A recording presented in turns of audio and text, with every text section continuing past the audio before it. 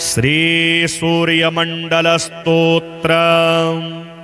नमः सवित्रे जगदेकचक्षुषे जगत प्रसूति स्थितिनाशहेतवे त्रयीमयाय त्रिगुणात्मधारिणे विरञ्चि नारायण शंकरात्मने। नमोस्तु सूर्याय सहस्ररश्मये सहस्रशाखान्वितसंभवात्मने। सहस्रयोगोद्भवभावभागिने सहस्रसंख्या युगधारिणे नमः। यनमण्डलं दीप्तिकरं विशालं रत्नप्रभं तीव्रमनादिरूपं दारिद्र्यदुःखक्षयकारणं च पुनातु मां तत्सवितुर्वरेण्यं। यनमण्डलं देवगणैः सुपूजितं विप्रैः स्तुतं पावनमुक्तिकोविदं तं देवदेवं प्रणमामि सूर्यं पुनातु मां तत्सवितुर्वरेण्यं।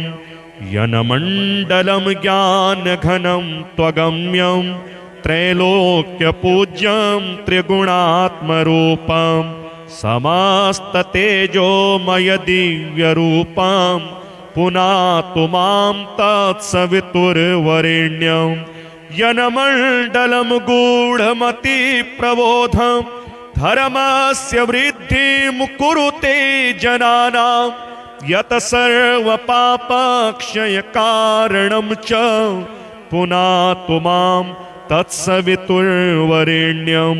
यनमण्डलं व्याधिविनाशदक्षं यद्रज्ञजुहुषामसु सम्प्रगीतं प्रकाशितं ये न च भूर्भुवः स्वः पुनातु मां तत्सवितुर्वरेण्यं। यनमण्डलं वेदविदो वदन्ति गायन्ति यच्चारणसिद्धसङ्घः यद्योगिनो योगजुषां च सङ्घः पुनातु मां तत्सवितुर्वरेण्यं। यनमण्डलं सर्वजनैश्च पूजितं ज्योतिश्च कुर्यादिहमर्त्यलोके यत् कालकालाद्यमनादिरूपं पुनातु मां तत्सवितुर्वरेण्यं। यनमण्डलं विष्णुचातुर्मुखाख्यं यदक्षरं पापहरं जनानां यत् कालकल्पाक्षयकारणं च पुनातु मां तत्सवितुर्वरेण्यं। यनमण्डलं विश्वसृजं प्रसिद्धमुत्पत्तिरक्षा प्रलय प्रगल्भं यस्मिन् जगत् संहरतेऽखिलं च पुनातु मां तत्सवितुर्वरेण्यं। यनमण्डलं सर्वगतस्य विष्णो प्रात्मा परं धाम विशुद्धतत्त्वं सूक्ष्मान्तरैर्योगपथानुगम्यं पुनातु मां तत्सवितुर्वरेण्यं। यनमण्डलं वेदविदो वदन्ति गायन्ति यच्चारणसिद्धसङ्घः यनमण्डलं वेदविदः स्मरन्ति पुनातु मां तत्सवितुर्वरेण्यं। यनमण्डलं वेदविदोपगीतं यद्योगिनां योगपथानुगम्यं तत्सर्ववेद्यं प्रणमामि सूर्यं पुनातु मां तत्सवितुर्वरेण्यं। सूर्यमण्डलस्तोत्रं यः पठेत् सततं नरः सर्वपापविशुद्धात्मा सूर्यलोके महीयते। श्रीसूर्याष्टकं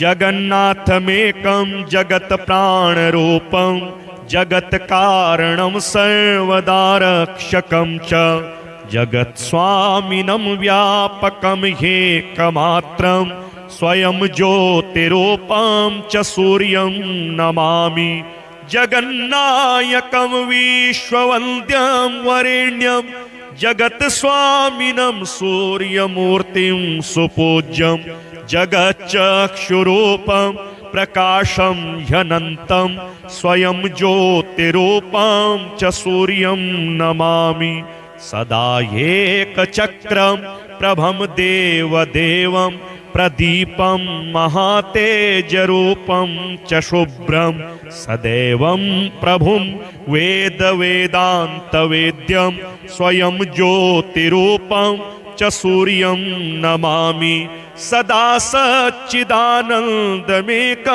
परेशं सदा नेत्रयोः विद्यमानस्वरूपं सदा मण्डले ब्रह्मरूपं वरेण्यं स्वयं ज्योतिरूपं च सूर्यं नमामि निजं निर्गुणं तत्त्वमस्यादिलक्ष्यं सदा निर्मलं सत्यमानन्दमेकं सदाद्यन्तशून्यं च तेजो ह्यखण्डं स्वयं ज्योतिरूपं च सूर्यं नमामि यमरूपकं वेदविदो स्मरन्ति गच्छन्ति यन्मण्डलं तत्त्ववन्तः गायन्ति यमरूपकं सामवेदाः स्वयं ज्योतिरूपं च सूर्यं नमामि चतुर्बाहुकं कुण्डलं रत्नयुक्तं किरीटं तथा रक्तवस्त्रं च सौम्यं सदा वालखिल्यादिभिः स्तुत्यरूपं स्वयं ज्योतिरूपं च सूर्यं नमामि जगत्सर्जको ब्रह्मरूपस्त्वमेव जगत्पालको विष्णुरूपस्त्वमेव जगन्नाशको रुद्ररूपस्त्वमेव स्वयं ज्योतिरूपं च सूर्यं नमामि समर्पयामि सूर्याय सूर्याष्टकमिदं स्तवं तव दर्शनमिच्छामि प्रसन्नो भव सर्वदा नमः सवित्रे जगदेकचक्षुषे जगता प्रसूति स्थितिनाशहेतवे त्रयीमयाय त्रिगुणात्मधारिणे विरञ्चि नारायण शङ्करात्मने नमोऽस्तु सूर्याय सहस्ररश्मये सहस्रशाखान्वितसम्भवात्मने सहस्रयोगोद्भवभावभागिने सहस्रसङ्ख्या युगधारिणे नमः यन्मण्डलं दीप्तिकरं विशालं रत्नप्रभं तीव्रमनादिरूपं दारिद्र्यदुःखक्षयकारणं च पुनातु मां तत्सवितुर्वरेण्यं यन्मण्डलं देवगणैः सुपूजितं विप्रैः स्तुतं भावनमुक्तिकोविदं तं देवदेवं प्रणमामि सूर्यं पुनातु मां तत्सवितुर्वरेण्यं यन्मण्डलं ज्ञानघनं त्वगम्यं त्रैलोक्यपूज्यं त्रिगुणात्मरूपं समस्ततेजोमय दिव्यरूपं पुनातु मां तत्सवितुर्वरेण्यं यन्मण्डलं गूढमतिप्रबोधं धर्मस्य वृद्धिं कुरुते जनानां यत् सर्वपापक्षयकारणं च पुनातु मां तत्सवितुर्वरेण्यं यन्मण्डलं व्याधिविनाशदक्षं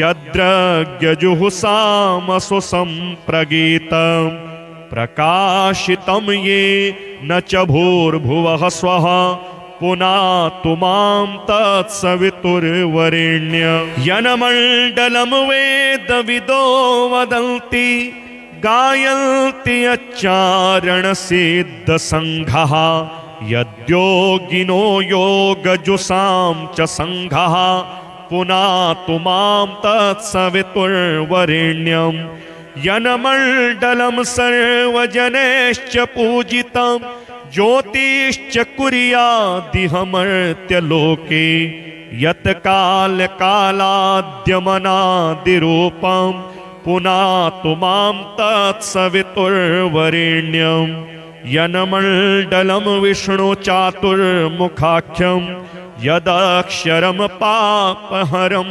जनानां यत् कालकल्पाक्षयकारणं च पुनातु मां तत्सवितुर्वरेण्यं यनमण्डलं विश्वसृजं प्रसिद्धमुत्पत्तिरक्षा प्रलय प्रगल्भं यस्मिन् जगत् संहरतेऽखिलं च पुनातु मां तत्सवितुर्वरेण्यं यनमण्डलं सर्वगतस्य विष्णो प्रात्मा परं धाम विशुद्धतत्त्वं सूक्ष्मान्तरैर्योगपथानुगम्यं पुनातु मां तत्सवितुर्वरेण्यं यनमण्डलं वेदविदो वदन्ति गायन्ति यच्चारणसिद्धसङ्घः यनमण्डलं वेदविदः स्मरन्ति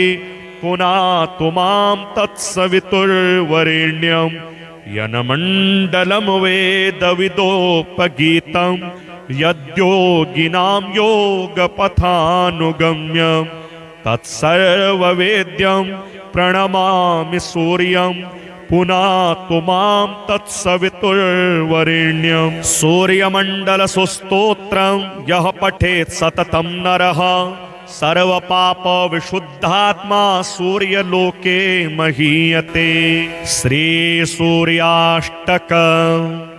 जगन्नाथमेकं जगत्प्राणरूपं जगत्कारणं सर्वदारक्षकं च जगत्स्वामिनं व्यापकं ह्येकमात्रं स्वयं ज्योतिरूपं च सूर्यं नमामि जगन्नायकं विश्ववन्द्यं वरेण्यं जगत्स्वामिनं सूर्यमूर्तिं सुपूज्यं जगच्चक्षुरूपं प्रकाशं ह्यनन्तं स्वयं ज्योतिरूपं च सूर्यं नमामि सदा एकचक्रं प्रभं देवदेवं प्रदीपं महातेजरूपं च शुभ्रं सदैवं प्रभुं वेदवेदान्तवेद्यं स्वयं ज्योतिरूपं च सूर्यं नमामि सदा सच्चिदानन्दमेकं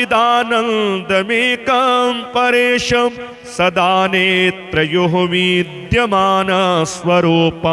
सदा मण्डले ब्रह्मरूपं वरेण्यं स्वयं ज्योतिरूपं च सूर्यं नमामि निजं निर्गुणं तत्त्वमस्यादिलक्ष्यं सदा निर्मलं सत्यमानन्दमेकं सदाद्यन्तशून्यं च तेजो ह्यखण्डं स्वयं ज्योतिरूपं च सूर्यं नमामि यमरूपकं वेदविदो स्मरन्ति गच्छन्ति यन्मण्डलं तत्त्ववन्तः गायन्ति यमरूपकं सामवेदाः स्वयं ज्योतिरूपं च सूर्यं नमामि चतुर्बाहुकं कुण्डलं रत्नयुक्तं किरीटं तथा रक्तवस्त्रं च सौम्यं सदा वालखिल्यादिभिः स्तुत्यरूपं स्वयं ज्योतिरूपं च सूर्यं नमामि जगत्सर्जको ब्रह्मरूपस्त्वमेव जगत्पालको विष्णुरूपस्त्वमेव जगन्नाशको रुद्ररूपस्त्वमेव स्वयं ज्योतिरूपं च सूर्यं नमामि समर्पयामि सूर्याय सूर्याष्टकमिदं स्तवं तव दर्शनमिच्छामि प्रसन्नो भव सर्वदा नमः सवित्रे जगदेकचक्षुषे जगत प्रसूति स्थितिनाश हेतवे त्रयीमयाय त्रिगुणात्मधारिणे विरञ्चि नारायण शङ्करात्मने नमोऽस्तु सूर्याय सहस्ररश्मये सहस्रशाखान्वितसम्भवात्मने सहस्रयोगोद्भवभावभागिने सहस्रसङ्ख्या युगधारिणे नमः यनमण्डलं दीप्तिकरं विशालं रत्नप्रभं तीव्रमनादिरूपं दारिद्र्यदुःखक्षयकारणं च पुनातु मां तत्सवितुर्वरेण्यं यनमण्डलं देवगणैः सुपूजितं विप्रैः स्तुतं पावनमुक्तिकोविदं तं देवदेवं प्रणमामि सूर्यं पुनातु मां तत्सवितुर्वरेण्यं यनमण्डलं ज्ञानघनं त्वगम्यं त्रैलोक्यपूज्यं त्रिगुणात्मरूपं समस्ततेजोमय दिव्यरूपं पुनातु मां तत्सवितुर्वरेण्यं यनमण्डलं गूढमतिप्रबोधं धर्मस्य वृद्धिं कुरुते जनानां यत् सर्वपापक्षयकारणं च पुनातु मां तत्सवितुर्वरेण्यं यनमण्डलं व्याधिविनाशदक्षं यद्रज्ञजुहुषामसु सम्प्रगीतं प्रकाशितं ये न च भूर्भुवः स्वः पुनातु मां तत्सवितुर्वरेण्यं यनमण्डलं वेदविदो वदन्ति गायन्ति यच्चारणसिद्धसङ्घः यद्योगिनो योगजुषां च सङ्घः पुनातु मां तत्सवितुर्वरेण्यं यनमण्डलं सर्वजनैश्च पूजितं ज्योतिश्च कुर्यादिहमर्त्यलोके यत् कालकालाद्यमनादिरूपं पुनातु मां तत्सवितुर्वरेण्यं यनमण्डलं विष्णुचातुर्मुखाख्यं यदक्षरं पापहरं जनानां यत् कालकल्पाक्षयकारणं च पुनातु मां तत्सवितुर्वरेण्यं यनमण्डलं विश्वसृजं प्रसिद्धमुत्पत्तिरक्षा प्रलय प्रगल्भं यस्मिन् जगत् संहरतेऽखिलं च पुनातु मां तत्सवितुर्वरेण्यं यनमण्डलं सर्वगतस्य विष्णो रात्मा परं धाम विशुद्धतत्त्वं सूक्ष्मान्तरैर्योगपथानुगम्यं पुनातु मां तत्सवितुर्वरेण्यं यनमण्डलं वेदविदो वदन्ति गायन्ति यच्चारणसिद्धसङ्घः यनमण्डलं वेदविदः स्मरन्ति पुनातु मां तत्सवितुर्वरेण्यं यनमण्डलं वेदविदोपगीतं यद्योगिनां योगपथानुगम्यं तत्सर्ववेद्यं प्रणमामि सूर्यं पुनातु मां तत्सवितुर्वरेण्यं सूर्यमण्डलसुस्तोत्रं यः पठेत् सततं नरः सर्वपापविशुद्धात्मा सूर्यलोके महीयते। श्रीसूर्याष्टकं जगन्नाथमेकं जगत्प्राणरूपं जगत्कारणं सर्वदा रक्षकं च जगत्स्वामिनं व्यापकं ह्येकमात्रं स्वयं ज्योतिरूपं च सूर्यं नमामि। जगन्नायकं विश्ववन्द्यं वरेण्यं जगत्स्वामिनं सूर्यमूर्तिं सुपूज्यं जगच्चक्षुरूपं प्रकाशं ह्यनन्तं स्वयं ज्योतिरूपं च सूर्यं नमामि। सदा एकचक्रं प्रभं देवदेवं प्रदीपं महातेजरूपं च शुभ्रं सदैवं प्रभुं वेदवेदान्तवेद्यं स्वयं ज्योतिरूपं च सूर्यं नमामि। सदा सच्चिदानन्दमेकं परेशं सदा नेत्रयोः विद्यमानस्वरूपं सदा मण्डले ब्रह्मरूपं वरेण्यं स्वयं ज्योतिरूपं च सूर्यं नमामि। निजं निर्गुणं तत्त्वमस्यादिलक्ष्यं सदा निर्मलं सत्यमानन्दमेकं सदाद्यन्तशून्यं च तेजो ह्यखण्डं स्वयं ज्योतिरूपं च सूर्यं नमामि। यमरूपकं वेदविदो स्मरन्ति गच्छन्ति यन्मण्डलं तत्त्ववन्तः गायन्ति यमरूपकं सामवेदाः स्वयं ज्योतिरूपं च सूर्यं नमामि। चतुर्बाहुकं कुण्डलं रत्नयुक्तं किरीटं तथा रक्तवस्त्रं च सौम्यं सदा वालखिल्यादिभिः स्तुत्यरूपं स्वयं ज्योतिरूपं च सूर्यं नमामि। जगत्सर्जको ब्रह्मरूपस्त्वमेव जगत्पालको विष्णुरूपस्त्वमेव जगन्नाशको रुद्ररूपस्त्वमेव स्वयं ज्योतिरूपं च सूर्यं नमामि।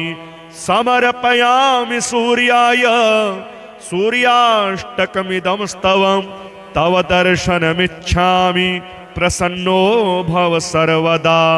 नमः सवित्रे जगदेकचक्षुषे जगत प्रसूति स्थितिनाशहेतवे त्रयीमयाय त्रिगुणात्मधारिणे विरञ्चि नारायण शङ्करात्मने।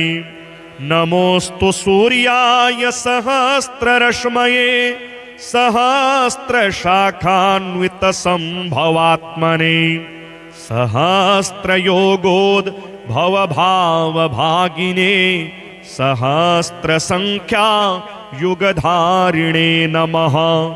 यन्मण्डलं दीप्तिकरं विशालं रत्नप्रभं तीव्रमनादिरूपं दारिद्र्यदुःखक्षयकारणं च पुनातु मां तत्सवितुर्वरेण्यं। यन्मण्डलं देवगणैः सुपूजितं विप्रैः स्तुतं पावनमुक्तिकोविदं तं देवदेवं प्रणमामि सूर्यं पुनातु मां तत्सवितुर्वरेण्यं। यन्मण्डलं ज्ञानघनं त्वगम्यं त्रैलोक्यपूज्यं त्रिगुणात्मरूपं समस्ततेजोमय दिव्यरूपं पुनातु मां तत्सवितुर्वरेण्यं। यन्मण्डलं गूढमतिप्रबोधं धर्मस्य वृद्धिं कुरुते जनानां यत् सर्वपापक्षयकारणं च पुनातु मां तत्सवितुर्वरेण्यं। यन्मण्डलं व्याधिविनाशदक्षं यद्रज्ञजुहुसामसु सम्प्रगीतं प्रकाशितं ये न च भूर्भुवः स्वः पुनातु मां तत्सवितुर्वरेण्यं। यन्मण्डलं वेदविदो वदन्ति गायन्ति यच्चारणसिद्धसङ्घः यद्योगिनो योगजुषां च सङ्घः पुनातु मां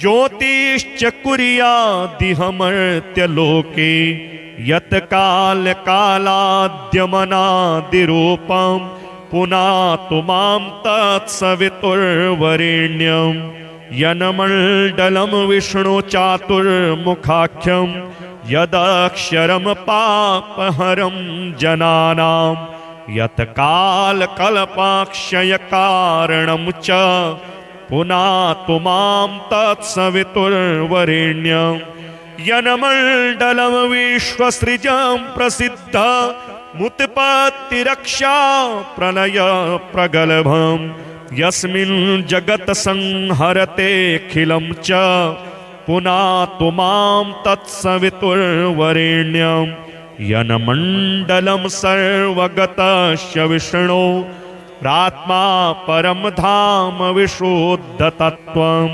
सूक्ष्मान्तरैर्योगपथानुगम्यं पुनातु मां तत्सवितुर्वरेण्यं यन्मण्डलं वेदविदो वदन्ति गायन्ति यच्चारणसिद्धसङ्घः यन्मण्डलं वेदविदः स्मरन्ति पुनातु मां तत्सवितुर्वरेण्यं यन्मण्डलं वेदविदोपगीतं यद्योगिनां योगपथानुगम्यं तत्सर्ववेद्यं प्रणमामि सूर्यं पुनातु मां तत्सवितुर्वरेण्यं सूर्यमण्डलसुस्तोत्रं यः पठेत् सततं नरः सर्वपापविशुद्धात्मा सूर्यलोके महीयते। श्रीसूर्याष्टकम् जगन्नाथमेकं जगत्प्राणरूपं जगत्कारणं सर्वदारक्षकं च जगत्स्वामिनं व्यापकं ह्येकमात्रं स्वयं ज्योतिरूपं च सूर्यं नमामि जगन्नायकं विश्ववन्द्यं वरेण्यं जगत्स्वामिनं सूर्यमूर्तिं सुपूज्यं जगच्चक्षुरूपं प्रकाशं ह्यनन्तं स्वयं ज्योतिरूपं च सूर्यं नमामि सदा एकचक्रं प्रभं देवदेवं प्रदीपं महातेजरूपं च शुभ्रं सदैवं प्रभुं वेदवेदान्तवेद्यं स्वयं ज्योतिरूपं च सूर्यं नमामि सदा सच्चिदानन्दमेकं परेशं सदा नेत्रयोः विद्यमानस्वरूपं सदा मण्डले ब्रह्मरूपं वरेण्यं स्वयं ज्योतिरूपं च सूर्यं नमामि निजं निर्गुणं तत्त्वमस्यादिलक्ष्यं सदा निर्मलं सत्यमानन्दमेकं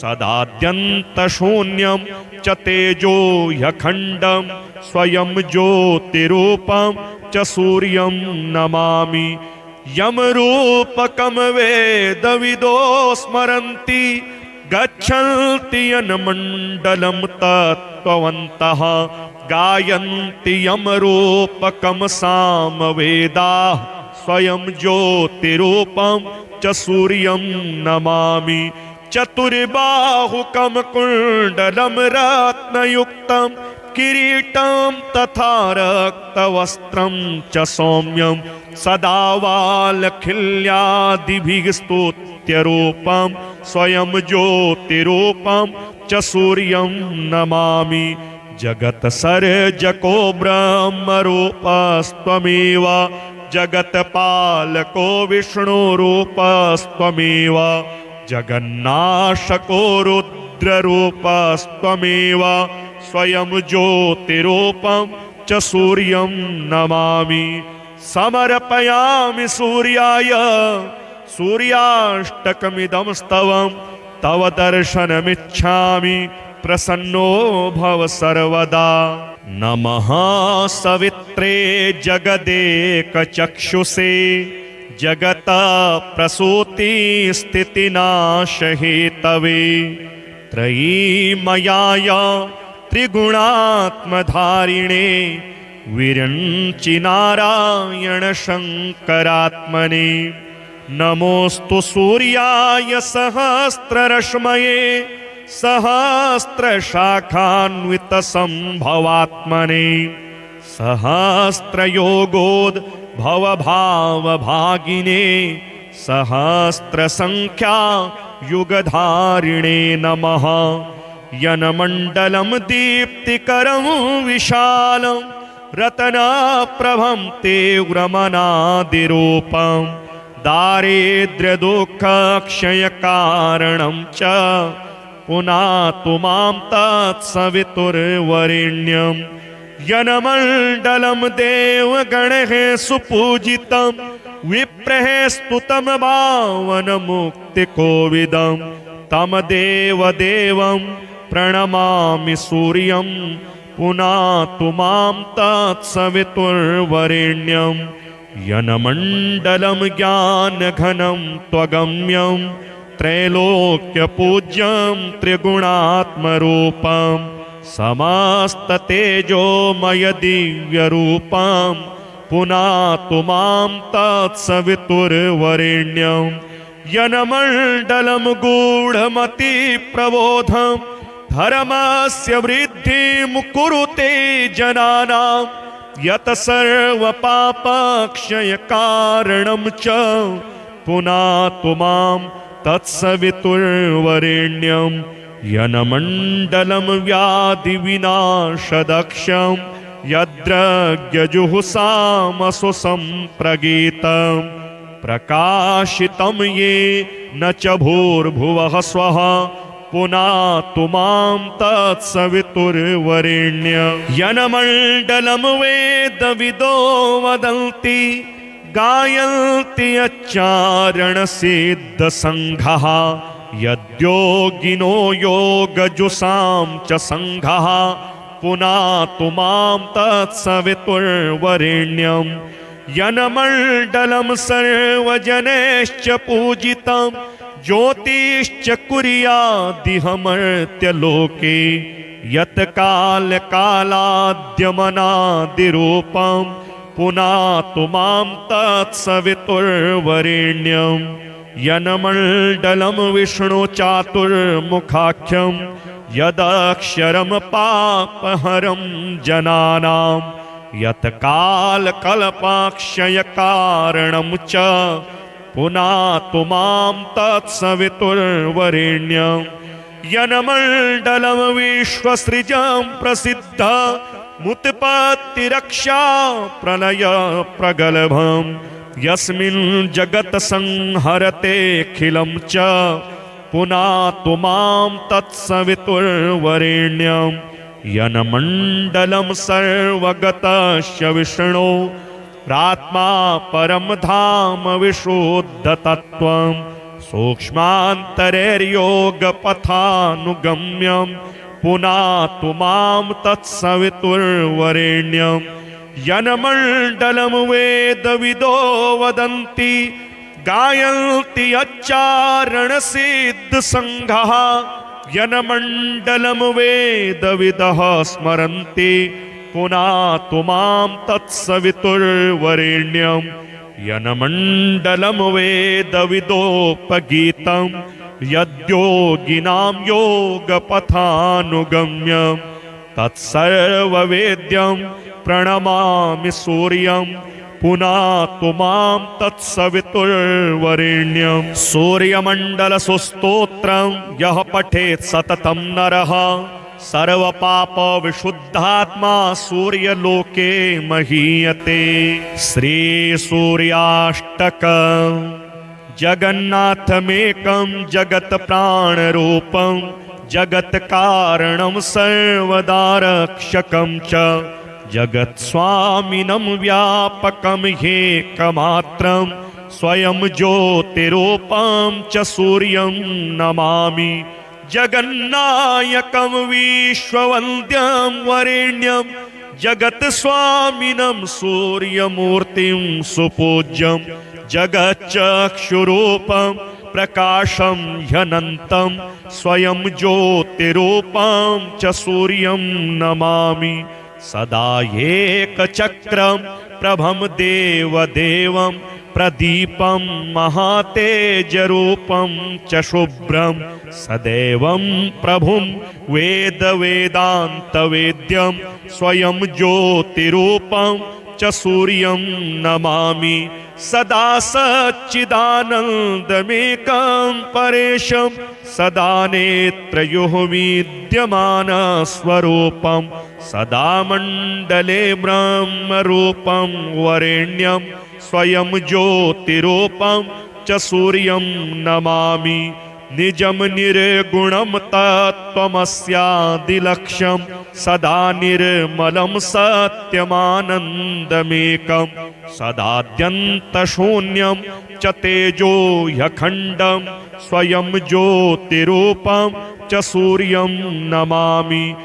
यमरूपकं वेदविदो स्मरन्ति गच्छन्ति यन्मण्डलं तत्त्ववन्तः गायन्ति यमरूपकं सामवेदाः स्वयं ज्योतिरूपं च सूर्यं नमामि। चतुर्बाहुकं कुण्डलं रत्नयुक्तं किरीटं तथा रक्तवस्त्रं च सौम्यं सदा वालखिल्यादिभिः स्तुत्यरूपं स्वयं ज्योतिरूपं च सूर्यं नमामि। जगत्सर्जको ब्रह्मरूपस्त्वमेव जगत्पालको विष्णुरूपस्त्वमेव जगन्नाशको रुद्ररूपस्त्वमेव स्वयं ज्योतिरूपं च सूर्यं नमामि। समर्पयामि सूर्याय सूर्याष्टकमिदं स्तवं तव दर्शनमिच्छामि प्रसन्नो भव सर्वदा। नमः सवित्रे जगदेकचक्षुषे जगत प्रसूति स्थितिनाशहेतवे त्रयीमयाय त्रिगुणात्मधारिणे विरञ्चि नारायण शङ्करात्मने। नमोऽस्तु सूर्याय सहस्ररश्मये सहस्रशाखान्वितसम्भवात्मने सहस्रयोगोद्भवभावभागिने सहस्रसङ्ख्या युगधारिणे नमः। यन्मण्डलं दीप्तिकरं विशालं रत्नप्रभं तीव्रमनादिरूपं दारिद्र्यदुःखक्षयकारणं च पुनातु मां तत्सवितुर्वरेण्यं। यन्मण्डलं देवगणैः सुपूजितं विप्रैः स्तुतं पावनमुक्तिकोविदं तं देवदेवं प्रणमामि सूर्यं पुनातु मां तत्सवितुर्वरेण्यं। यन्मण्डलं ज्ञानघनं त्वगम्यं त्रैलोक्यपूज्यं त्रिगुणात्मरूपं समस्ततेजोमय दिव्यरूपं पुनातु मां तत्सवितुर्वरेण्यं। यन्मण्डलं गूढमतिप्रबोधं धर्मस्य वृद्धिं कुरुते जनानां यत् सर्वपापक्षयकारणं च पुनातु मां तत्सवितुर्वरेण्यं। यन्मण्डलं व्याधिविनाशदक्षं यद्रज्ञजुहुषामसु सम्प्रगीतं प्रकाशितं ये न च भूर्भुवः स्वः पुनातु मां तत्सवितुर्वरेण्यं। यन्मण्डलं वेदविदो वदन्ति गायन्ति यच्चारणसिद्धसङ्घः यद्योगिनो योगजुषां च सङ्घः पुनातु मां तत्सवितुर्वरेण्यं। यन्मण्डलं सर्वजनैश्च पूजितं ज्योतिश्च कुर्यादिह मर्त्यलोके यत् काल कालाद्यमनादिरूपं पुनातु मां तत्सवितुर्वरेण्यं यन्मण्डलं विष्णुचातुर्मुखाख्यं यदक्षरं पापहरं जनानां यत् कालकल्पाक्षयकारणं च पुनातु मां तत्सवितुर्वरेण्यं यन्मण्डलं विश्वसृजं प्रसिद्ध मुत्पत्तिरक्षा प्रलय प्रगल्भं यस्मिन् जगत् संहरतेऽखिलं च पुनातु मां तत्सवितुर्वरेण्यं यन्मण्डलं सर्वगतस्य विष्णो प्रात्मा परं धाम विशुद्धतत्त्वं सूक्ष्मान्तरैर्योगपथानुगम्यं पुनातु मां तत्सवितुर्वरेण्यं यन्मण्डलं वेदविदो वदन्ति गायन्ति यच्चारणसिद्धसङ्घः यन्मण्डलं वेदविदः स्मरन्ति पुनातु मां तत्सवितुर्वरेण्यं यन्मण्डलं वेदविदोपगीतं यद्योगिनां योगपथानुगम्यं तत्सर्ववेद्यं प्रणमामि सूर्यं पुनातु मां तत्सवितुर्वरेण्यं सूर्यमण्डलसुस्तोत्रं यः पठेत् सततं नरः सर्वपापविशुद्धात्मा सूर्यलोके महीयते। श्रीसूर्याष्टकं जगन्नाथमेकं जगत्प्राणरूपं जगत्कारणं सर्वदारक्षकं च जगत्स्वामिनं व्यापकं ह्येकमात्रं स्वयं ज्योतिरूपं च सूर्यं नमामि जगन्नायकं विश्ववन्द्यं वरेण्यं जगत्स्वामिनं सूर्यमूर्तिं सुपूज्यं जगच्चक्षुरूपं प्रकाशं ह्यनन्तं स्वयं ज्योतिरूपं च सूर्यं नमामि सदा एकचक्रं प्रभं देवदेवं प्रदीपं महातेजरूपं च शुभ्रं सदैवं प्रभुं वेदवेदान्तवेद्यं स्वयं ज्योतिरूपं च सूर्यं नमामि सदा सच्चिदानन्दमेकं परेशं सदा नेत्रयोः विद्यमानस्वरूपं सदा मण्डले ब्रह्मरूपं वरेण्यं स्वयं ज्योतिरूपं च सूर्यं नमामि निजं निर्गुणं तत्त्वमस्यादिलक्ष्यं सदा निर्मलं सत्यमानन्दमेकं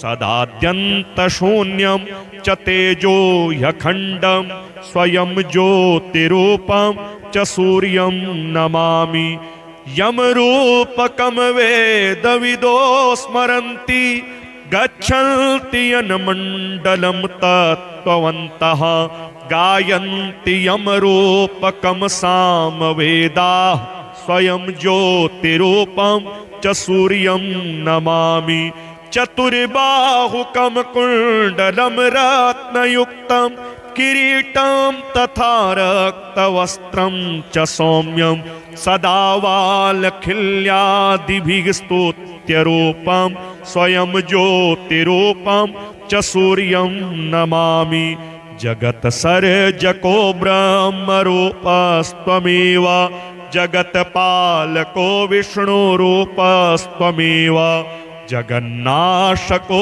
रुद्ररूपस्त्वमेव स्वयं ज्योतिरूपं च सूर्यं नमामि समर्पयामि सूर्याय सूर्याष्टकमिदं स्तवं तव दर्शनमिच्छामि प्रसन्नो भव सर्वदा नमः सवित्रे जगदेकचक्षुषे जगत प्रसूति स्थितिनाशहेतवे त्रयीमयाय त्रिगुणात्मधारिणे विरञ्चि नारायण शङ्करात्मने।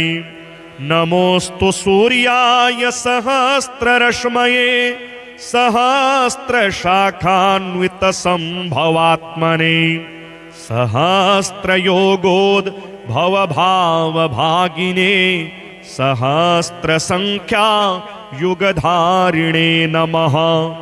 यनमण्डलं दीप्तिकरं विशालं रत्नप्रभं तीव्रमनादिरूपं दारिद्र्यदुःखक्षयकारणं च पुनातु मां तत्सवितुर्वरेण्यं। यनमण्डलं देवगणैः सुपूजितं विप्रैः स्तुतं पावनमुक्तिकोविदं तं देवदेवं प्रणमामि सूर्यं पुनातु मां तत्सवितुर्वरेण्यं। यनमण्डलं ज्ञानघनं त्वगम्यं त्रैलोक्यपूज्यं त्रिगुणात्मरूपं समस्ततेजोमयदिव्यरूपं पुनातु मां तत्सवितुर्वरेण्यं। यनमण्डलं गूढमतिप्रबोधं धर्मस्य वृद्धिं कुरुते जनानां यत् सर्वपापक्षयकारणं च पुनातु मां तत्सवितुर्वरेण्यं। यनमण्डलं व्याधिविनाशदक्षं यद्रज्ञजुहुषामसु सम्प्रगीतं प्रकाशितं ये न च भूर्भुवः स्वः पुनातु मां तत्सवितुर्वरेण्यं। यनमण्डलं वेदविदो वदन्ति गायन्ति यच्चारणसिद्धसङ्घः यद्योगिनो योगजुषां च सङ्घः पुनातु मां तत्सवितुर्वरेण्यं। यनमण्डलं सर्वजनैश्च पूजितं ज्योतिश्च कुर्यादिहमर्त्यलोके यत् कालकालाद्यमनादिरूपं पुनातु मां तत्सवितुर्वरेण्यं। यनमण्डलं विष्णुचातुर्मुखाख्यं यदक्षरं पापहरं जनानां यत् कालकल्पाक्षयकारणं च पुनातु मां तत्सवितुर्वरेण्यं। यनमण्डलं विश्वसृजं प्रसिद्धमुत्पत्तिरक्षा प्रलयप्रगल्भं यस्मिन् जगत् संहरतेऽखिलं च पुनातु मां तत्सवितुर्वरेण्यं। यनमण्डलं सर्वगतस्य विष्णो प्रात्मा परं धाम विशुद्धतत्त्वं सूक्ष्मान्तरैर्योगपथानुगम्यं पुनातु मां तत्सवितुर्वरेण्यं। यनमण्डलं वेदविदो वदन्ति गायन्ति यच्चारणसिद्धसङ्घः यनमण्डलं वेदविदः स्मरन्ति पुनातु मां तत्सवितुर्वरेण्यं। यनमण्डलं वेदविदोपगीतं यद्योगिनां योगपथानुगम्यं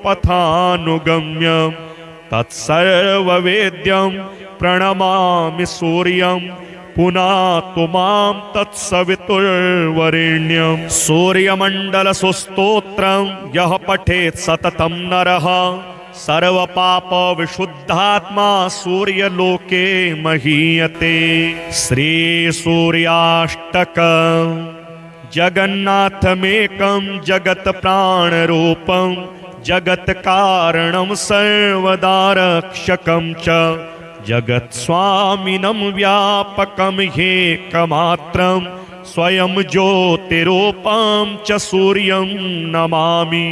जगन्नायकं विश्ववन्द्यं वरेण्यं जगत्स्वामिनं सूर्यमूर्तिं सुपूज्यं जगच्चक्षुरूपं प्रकाशं ह्यनन्तं स्वयं ज्योतिरूपं च सूर्यं नमामि। सदा एकचक्रं प्रभं देवदेवं प्रदीपं महातेजरूपं च शुभ्रं सदैवं प्रभुं वेदवेदान्तवेद्यं स्वयं ज्योतिरूपं च सूर्यं नमामि सदा सच्चिदानन्दमेकं परेशं सदा नेत्रयोः विद्यमानस्वरूपं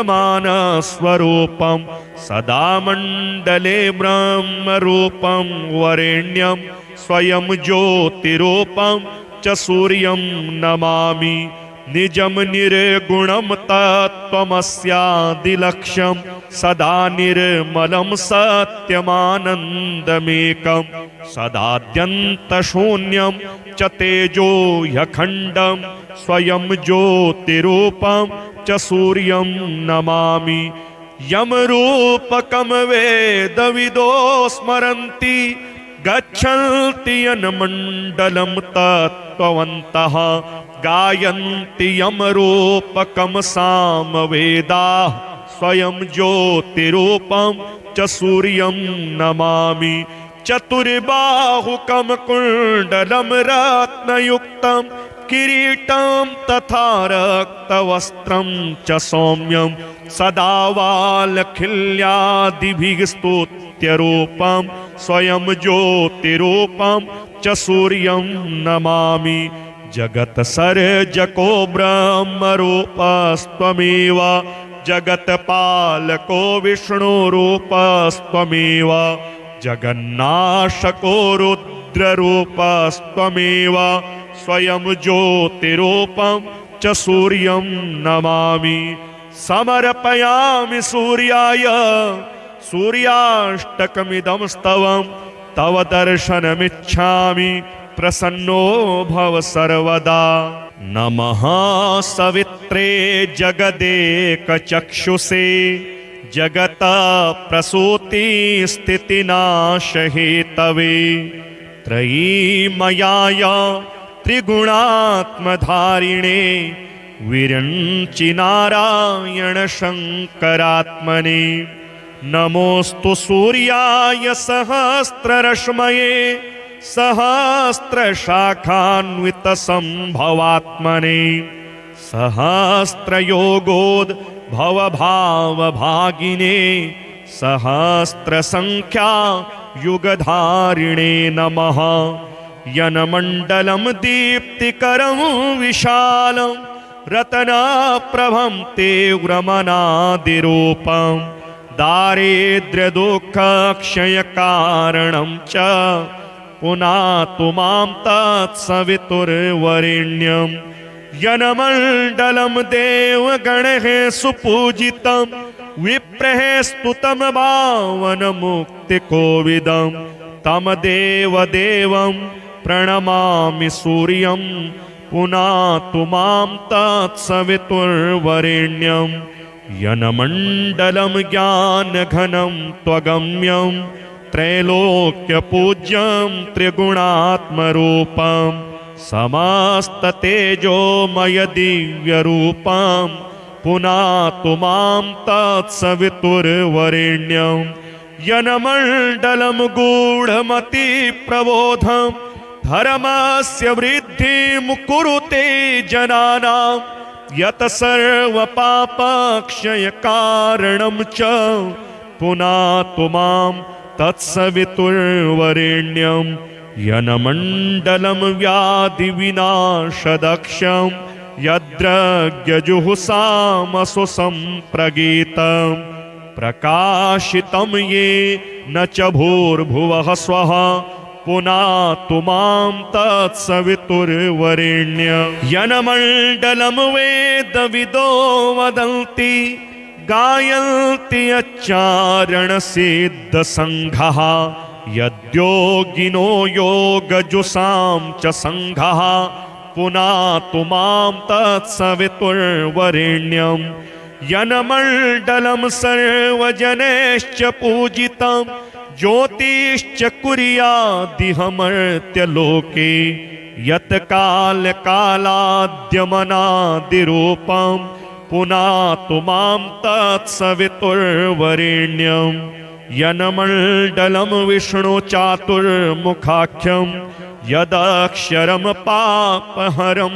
जनानां यत्कालकल्पाक्षयकारणं च पुनातु मां तत्सवितुर्वरेण्यं यनमण्डलं विश्वसृजं प्रसिद्ध मुत्पत्तिरक्षा प्रलय प्रगल्भं यस्मिन् जगत् संहरतेऽखिलं च पुनातु मां तत्सवितुर्वरेण्यं यनमण्डलं सर्वगतस्य विष्णो प्रात्मा परं धाम विशुद्धतत्त्वं सूक्ष्मान्तरैर्योगपथानुगम्यं पुनातु मां तत्सवितुर्वरेण्यं यनमण्डलं वेदविदो वदन्ति गायन्ति यच्चारणसिद्धसङ्घः यनमण्डलं वेदविदः स्मरन्ति पुनातु मां तत्सवितुर्वरेण्यं यनमण्डलं वेदविदोपगीतं यद्योगिनां योगपथानुगम्यं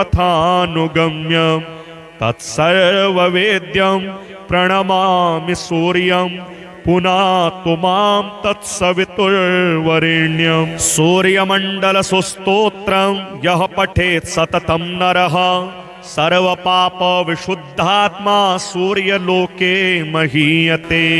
श्रीसूर्याष्टकं जगन्नाथमेकं जगत्प्राणरूपं जगत्कारणं सर्वदारक्षकं च जगत्स्वामिनं व्यापकं ह्येकमात्रं स्वयं ज्योतिरूपं च सूर्यं नमामि जगन्नायकं विश्ववन्द्यं वरेण्यं जगत्स्वामिनं सूर्यमूर्तिं सुपूज्यं जगच्चक्षुरूपं प्रकाशं ह्यनन्तं स्वयं ज्योतिरूपं च सूर्यं नमामि सदा एकचक्रं प्रभं देवदेवं प्रदीपं महातेजरूपं च शुभ्रं सदैवं प्रभुं वेदवेदान्तवेद्यं स्वयं ज्योतिरूपं च सूर्यं नमामि सदा सच्चिदानन्दमेकं परेशं सदा नेत्रयोः विद्यमानस्वरूपं सदा मण्डले ब्रह्मरूपं वरेण्यं स्वयं ज्योतिरूपं च सूर्यं नमामि निजं निर्गुणं तत्त्वमस्यादिलक्ष्यं सदा निर्मलं सत्यमानन्दमेकं सदाद्यन्तशून्यं च तेजो ह्यखण्डं स्वयं ज्योतिरूपं च सूर्यं नमामि यमरूपकं वेदविदो स्मरन्ति गच्छन्ति यनमण्डलं तत्त्ववन्तः गायन्ति यमरूपकं सामवेदाः स्वयं ज्योतिरूपं च सूर्यं नमामि चतुर्बाहुकं कुण्डलं रत्नयुक्तं किरीटं तथा रक्तवस्त्रं च सौम्यं सदा वालखिल्यादिभिः स्तुत्यरूपं स्वयं ज्योतिरूपं च सूर्यं नमामि जगत्सर्जको ब्रह्मरूपस्त्वमेव जगत्पालको विष्णुरूपस्त्वमेव जगन्नाशको रुद्ररूपस्त्वमेव स्वयं ज्योतिरूपं च सूर्यं नमामि समर्पयामि सूर्याय सूर्याष्टकमिदं स्तवं तव दर्शनमिच्छामि प्रसन्नो भव सर्वदा।